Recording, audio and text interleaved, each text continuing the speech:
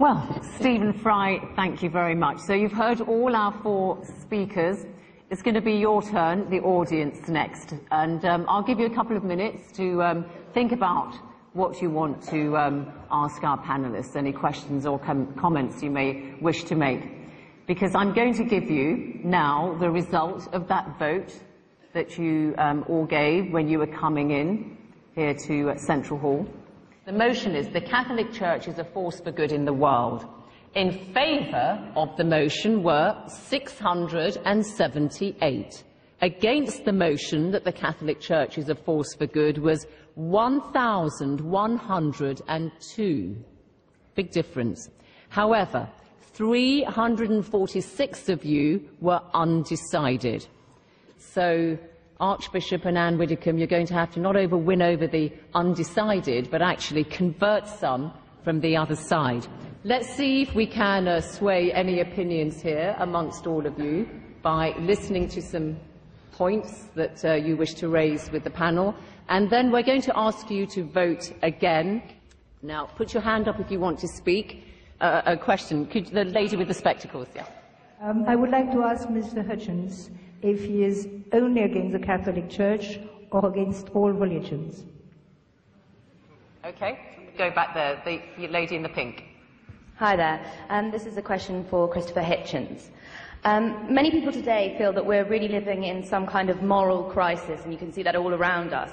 Now, if one thing the Catholic Church does do for good, in my opinion, is give us the 10 Commandments, a very basic, obvious way of giving us some kind of moral guidance. Would you not agree with that? Yeah. The lady in front began by asking me, do I reserve this condemnation only for the Holy Roman Church and not for other Catholics, for example, like Byzantine Catholics and Protestants and so on. I think they're all the same equivalent glimpses of the identical untruth. Now, of the commandments, the first 2 or 3 are entirely about fearing the author of the orders. Entirely about being terrified of someone who you're enjoined to love. I don't know about you, ladies and gentlemen, but the idea of compulsory love has always struck me as a bit shady. Especially if you're ordered to love someone who you absolutely must fear. So the first 3 are, look out for me and keep at least one day of mine where you'll be terrified full time. Ann Widdecombe, 10 Commandments, firm bedrock of moral teaching.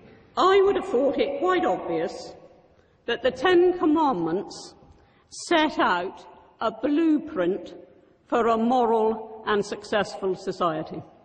Let us just look at some of them. Honour thy father and thy mother. Think of today's disrespect. Thou shalt not steal, thou shalt not kill, thou shalt not commit adultery, and thou shalt not covet. Tell that to the bankers with their bonuses.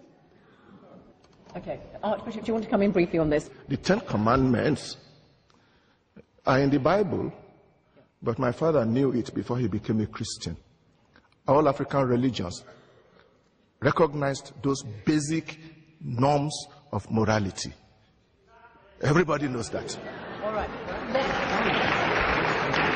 Let's take some more questions from the floor. Okay.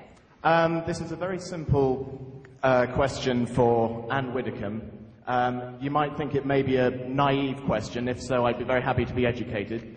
Why is it wrong for a woman to become a priest, but perfectly acceptable for a woman such as yourself to become an MP? Okay, thanks. I think we're going to go just here next. Yeah. Anne raised a point regarding the billions that are poured into Africa. I respect your faith. I respect the message you give. But why, to pass that message on, do you need the finery that you wear? Do you need the palace of the Vatican? Okay. Point made. I think we're going to go here. Archbishop, of which current Roman Catholic policy are you most ashamed? Which current Catholic policy are you most ashamed? I don't know whether you are serious in that question or you just want to provoke. Because if all our Catholic policies are not just dreamt overnight by the Pope or anybody. If it is a Catholic policy, it is reasonable. It is based on our traditions and scriptures, and there's none about which I'm ashamed. Okay, and the other question about... And I don't know what billions of that he says the Vatican has. The billions of this world, I think, are not in the Vatican. We know where they are, and they are not coming to Africa. On the contrary, Africa has been sucked dry by those people, those multinationals. They are the ones who should be bringing our money back to us. I think we are targeting the wrong place. I come from Africa, and the funds that come from church agencies for us are very important. Ann Widdecombe, one specific question to you. Why not women priests in the Catholic Church? Well, no, the specific question was, why is it not all right for a woman to be a priest, but it is for a woman to be an MP? That was the specific question. All right. And I have to say to you, I mean, that really does betray a vast ignorance. A member of Parliament, male or female, does not stand in persona Christi at the point of consecration. But I don't believe that it is any more possible for a woman to represent Christ at the point of consecration than for a man to be the Virgin Mary. Okay, thanks. Very good. Lots of hands up, and I really do want to go around everybody. So, panel, if you could keep your responses to the point as much as you can. Up there, please. Well, question to Stephen Fry.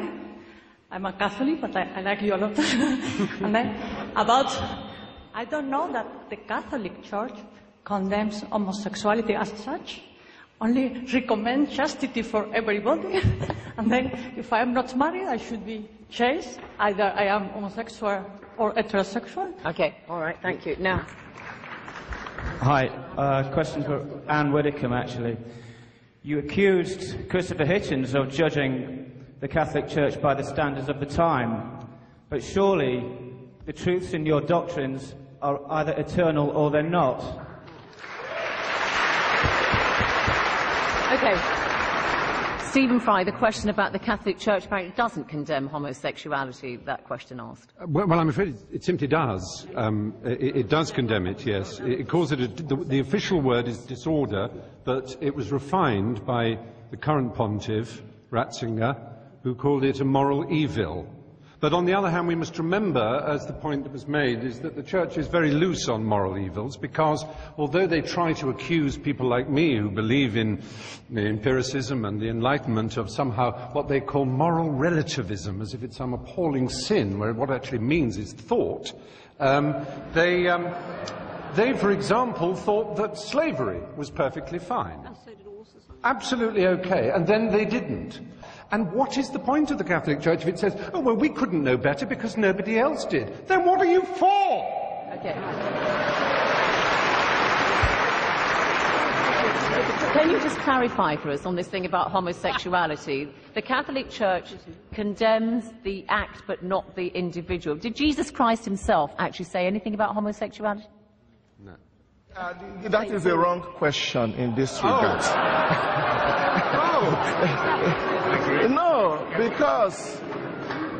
because we are not aware about homosexuality, the morality of homosexuality being a matter that drew the attention of Jesus.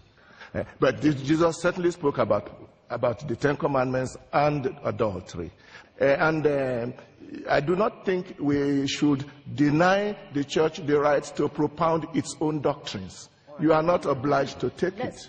Let's hear some more from the floor, and then we'll come... Yeah, go on. Our life is based on the life of Jesus Christ, not on emotion or based on the way the world is going.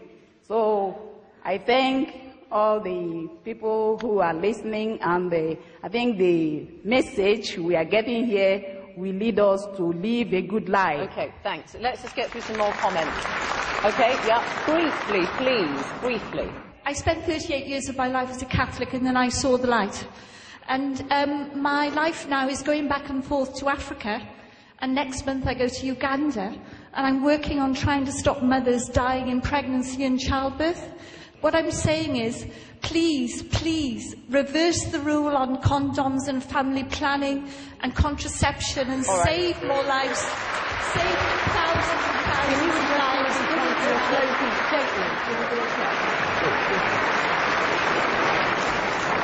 Let's keep this moving. Briefly, please. As a Catholic, I'm actually very pleased to be here this evening to hear two sides of a very important argument. And the positive thing I take away is that the Catholic Church can take the opportunity to reflect upon these comments and that we look for the future. And it's by actually accepting these comments and by looking for a way forward that the Church can actually grow and have a more important part of the world. All right. Thank you. I don't want to take any more questions from the floor, really, but panel, what I propose is this. You've heard the points that are raised. Some of them are comments, some of them are questions.